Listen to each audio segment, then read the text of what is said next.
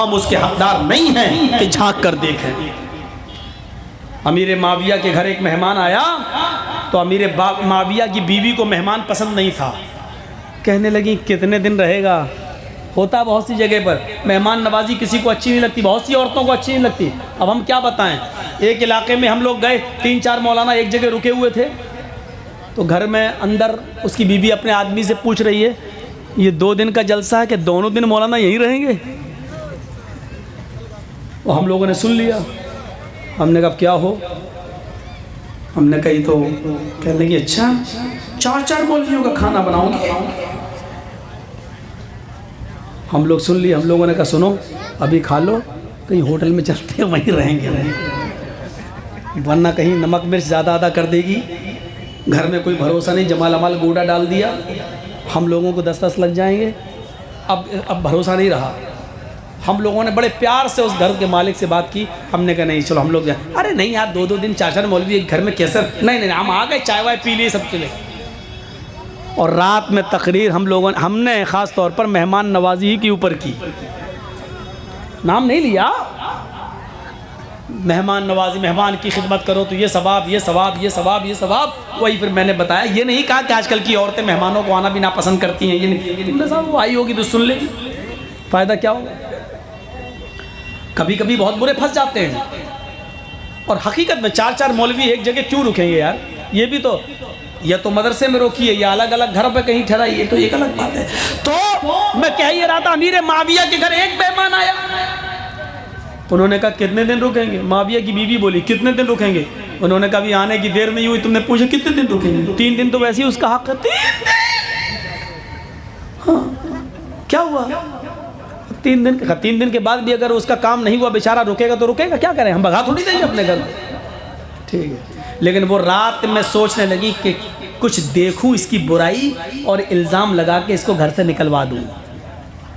तो रात में उठी अमीर माविया की बीवी, रात में उठी और उसके कमरे की तरफ गई जहां अमीर माविया ने उसका अलग कमरा कर दिया था। जाए नमाज रख दी थी, अगर तहज्जुद पढ़ते हो तो रात में उठ के पढ़ लेना।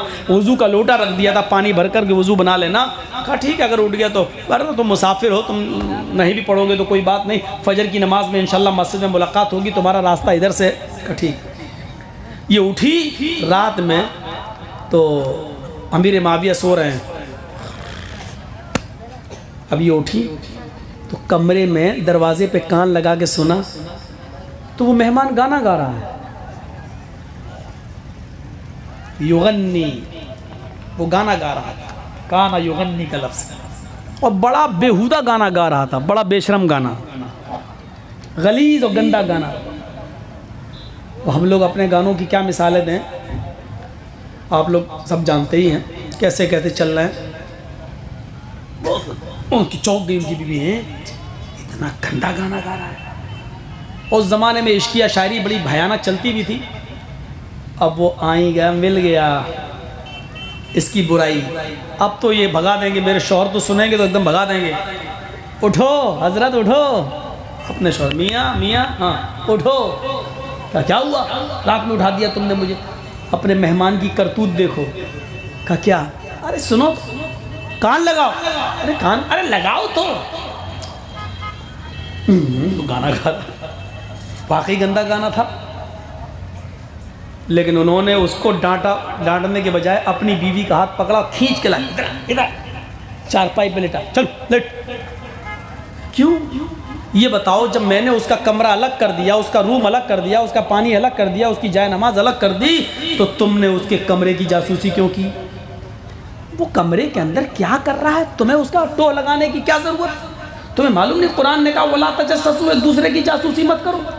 कब गलत काम कर, गलत करे या सही, तुमने अंदर उसका मामला वो था, उसका रब था, तुमने जासूसी क्यों की, तुम क्यों उसके बीच में पड़ी। मेरी गलती है, उसकी कुछ नहीं, उसकी नहीं, तुम्हारी गलती है। उसकी गलती है, लेकिन हमें तब मालूम हुई जब हमने जासूसी की। जासूसी नहीं करना चाहिए था। बंद करो ये नौटंकी, सो जाओ। उसको नहीं भगाएं, नहीं भगाएंगे, वो मेरा मेहमान है, बैठ सो जाओ।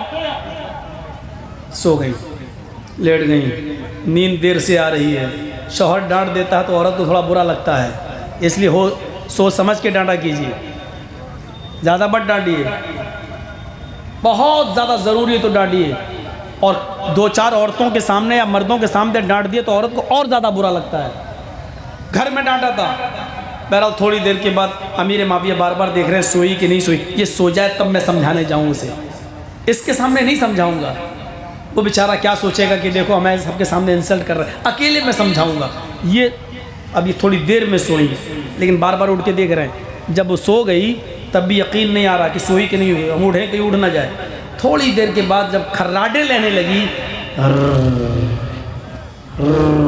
जब नाक का जनरेटर चलने लगा, तब वो समझे हाँ अब गई है दूसरी दुनिया में। अब उठे और जा रहे हैं अपने मेहमान को समझाने, लेकिन दरवाजे तक पहुंचने से पहले सोचते हैं कि एक बार और सुन लूं, अगर गा रहा है जाग रहा है तो जाऊं, और अगर सो गया तो उसकी नींद ख़राब नहीं करूं, सुबह फजर के बाद समझा दूंगा। तो अब दोबारा जब कान लगाया तो वही मेहमान अब कुरान की तिलावत कर रहा है, अभी गाना गा रहा था।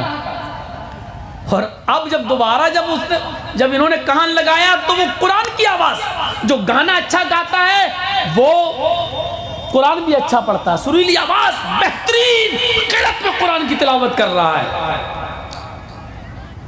इन्होंने अपनी बीवी को उठाया, उठ, क्या है, उठ, इधर आ, कहाँ ले जा रहे, उठ, इधर आ, उठ। तो क्या हुआ, मेहमान भाग गया क्या? अरे भागा नहीं, कान लगा के सुन। क्यों सुनूं? आपने तो जासूसी करने से मना किया। अरे सुन तो। नहीं, आपने तो मना किया। अरे सुन, मैं कह रहा हूं ना, मैंने मना किया था, अब मैं कह रहा हूं सुन।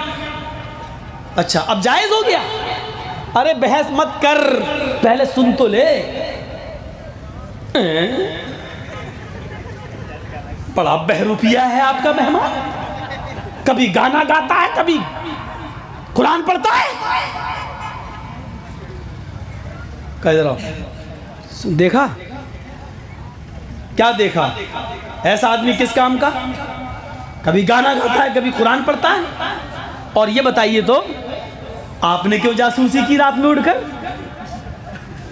कहा मेरी बीवी जासूसी करना गलत है, ये अब भी मैं मानता हूं।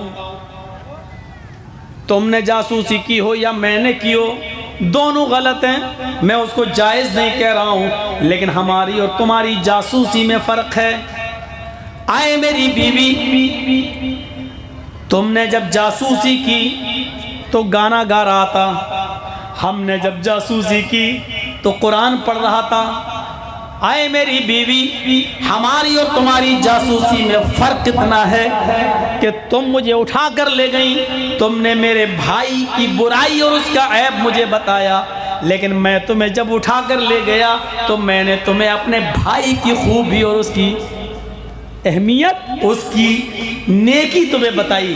अल्लाह के नबी ने फरमाया, जब अपने भाई में कोई बुराई देखो तो उस पर पर्दा डालो, जब कोई खूबी देखो तो उसको लोगों के सामने बयान किया करो, उसको लोगों के सामने आया किया करो। आए मेरी बीवी, हमारी और तुम्हारी जासूसी में फर्क इतना है कि तुमने मुझे मेरे भाई की बुराई दिखलाई जिस पे पर्दा डालने का हुक्म है, और मैंने जासूसी की जरूर है, लेकिन मैंने अपने भाई का हुस्न और नेकी दिखलाई जिसको बयान करना और आम करने का हुक्म है। आए मेरी बीवी, आइंदा किसी के बारे में बुरा गुमान मत करना। कोई आदमी बुरा गाना गाता है तो इसका ये मतलब नहीं कि वो बुरा भी हो, वो नमाजी भी हो सकता है, तहज्जुद गुजार भी हो सकता है। ये तो फैसला अल्लाह करेगा क़यामत के दिन कि उसकी नेकियां ज्यादा या उसकी बुराइयां ज्यादा हैं। अल्लाह को बख्शने के लिए एक बहाना ही काफी है। फिर सुबह फजर की नमाज पढ़ने जब अमीर माविया गए मस्जिद में तो देखा वो मेहमान उनसे पहले मस्जिद में आया हुआ है, नमाज पढ़ा है। नमाज पढ़ने के बाद तो दुआ भी मांग रहा है, रो भी रहा है। अमीर माविया सोचते हैं ये दुआ जल्दी ख़त्म करे फिर मैं उसको समझाऊं। जब अमीर माविया ने देखा कि उसने दुआ ख़त्म कर दी तो उसके करीब गए और कहने लगे कि तुम क्या करने जा रहे हो? कहा मैं कुछ कुरान पढ़ूंगा। कहा इधर आओ। पहले मस्जिद के कोने में ले गए और कहने लगे भाई कल मैंने मेरी बीवी ने रात के एक तारीखी हिस्से में उठकर तुम्हें गाना गाते हुए सुना है। वो मुझे लाई, मैं उसको डांट कर ले गया। मैंने कहा कि किसी के अंदर का मामला ताक झांक करने की जरूरत नहीं, जासूसी तुमने क्यों की? कुछ देर के बाद मैं उठा, मैं तुम्हें समझाने आना चाहता था लेकिन मैंने देखा कि तुम कुरान की तिलावत कर रहे हो। एक तरफ बुराई, एक तरफ कुरान की तिलावत, ये दोनों चीजें एक आदमी के अंदर एक ही रात में ये कैसे?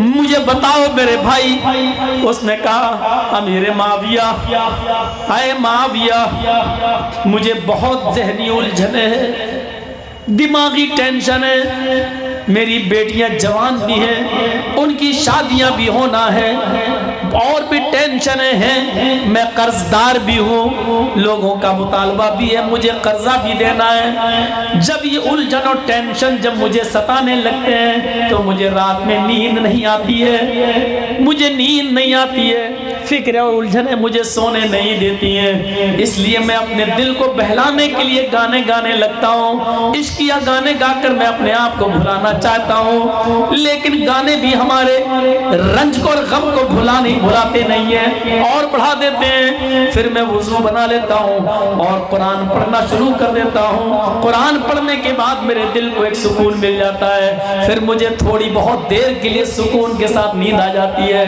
हजरत अमीर माविया ने कहा तुम गाने गाना छोड़ दो, ज़हनी उलझने और टेंशन जब तुम्हें हुआ करे तो तुम अल्लाह का जिक्र किया करो, कुरान की तिलावत किया करो। क्या तुम्हें नहीं मालूम अल्लाह ताला ने कुरान में फरमाया अला बिज़िक्रिल्लाहि तत्मइन्नुल कुलूब। अल्लाह का जिक्र करने से, कुरान की तिलावत करने से तुम्हारे दिल को सुकून मिलेगा। लीजिए, जिनको उलझने हैं, जिनकी जवान बेटियां हैं, बड़ी हो चुकी हैं, शादी की उनको फिक्रें हो रही है, शादी की फिक्रें, कर्जदार हैं, कर्जे में डूबे हुए हैं, वो चाहते हैं कि मेरा कर्जा अदा हो जाए, वो चाहते हैं कि मेरी जवान बेटियों को अच्छा दीनदार रिश्ता मिल जाए, उनकी उलझने और फिक्रें दूर हो जाए। ये इलाज भी बता दिया। कुरान की तिलावत करो, इंशाअल्लाह जिक्र करते रहो, ला हौला वला कुव्वता इल्ला बिल्लाह पढ़ो और कुरान की तिलावत करो, उठते बैठते चलते फिरते हस्बुनल्लाहु व निअमल वकील, निअमल मौला व निअमन नसीर पढ़ो, ला इलाहा इल्ला अंता सुब्हानका इन्नी कुन्तु मिनज़ ज़ालिमीन का विर्द करो और सुभान अल्लाह अल्हम्दुलिल्लाह अल्लाहु अकबर पढ़ो। टाइम मिले तो कुरान की तिलावत करो, ये तुम्हारी फिक्रों को दूर कर देगी, तुम्हारी शादियों में आसानियां होंगी, तुम्हारी जवान बच्चियों के रिश्ते में आसानियां होंगी, तुम्हारा कर्जा आसानी के साथ अदा होगा। ये इलाज भी बता दिया। मेरे प्यारे साथियों, वला तजस्ससु, जासूसी से मना किया और अमीर माविया ने इस तरीके से अपने मेहमान को समझाया। तो भाईचारे को जो चीज़ें ख़त्म करती हैं वो जासूसी भी है, इसलिए जासूसी करना बंद करो। और आखिरी चीज़ वला यग़्तब बअज़ुकुम बअज़ा, कोई मुसलमान पीठ के पीछे किसी दूसरे मुसलमान भाई की गीबत ना करे। ऐसा वो वैसा, ये वैसा, तेरी लड़की, अरे उसके साथ शादी कर रहे हो, वो लड़की तो मोबाइल पे लगी रहती है, वो लड़की तो व्हाट्सएप पे पता नहीं कितनों से लगी हुई है, वो लड़की अरे वो तो कॉलेज में पढ़ती है, वो तो 10 लड़कों के साथ, तुम अपने लड़के की शादी कर रहे हो। एक सच झूठ में 99 झूठ अपनी तरफ से मिला के उसके रिश्ते को खत्म कराना। वक़ज़्फ़ुल मुहसिनातिल मुमिनातिल गाफिलात, पाक दामन और नेक औरत पर तोहमत लगाना, ये भी गुनाह कबीरा है, बड़ा गुनाह है, इसलिए इससे बचिए, गीबत और चुगली से बाज आइए। भाईचारे के टॉपिक पर आज का ये खिताब मेरा आपके सामने हुआ। कल इंशाअल्लाह मौजूदा हालात के ज़ुमरे में आपके सामने कुछ बातें रखेंगे। अल्लाह से दुआ है कि बारे अल्लाह हमारी खताओं को माफ़ फरमा दे, हमारे गुनाहों को बख्श दे, हम जमीअ मुसलमानों पर रहम फरमा। जब तक तो हमें जिंदा रख, इस्लाम पर जिंदा रखना, जब हमारा खात्मा हो तो ईमान पर हमारा खात्मा फरमाना। व मा अलैना इल्लल बलागुल मुबीन व आखिरु दअवाना अनिल हम्दुलिल्लाहि रब्बिल आलमीन। अस्सलामु अलैकुम व रहमतुल्लाहि व बरकातुहू।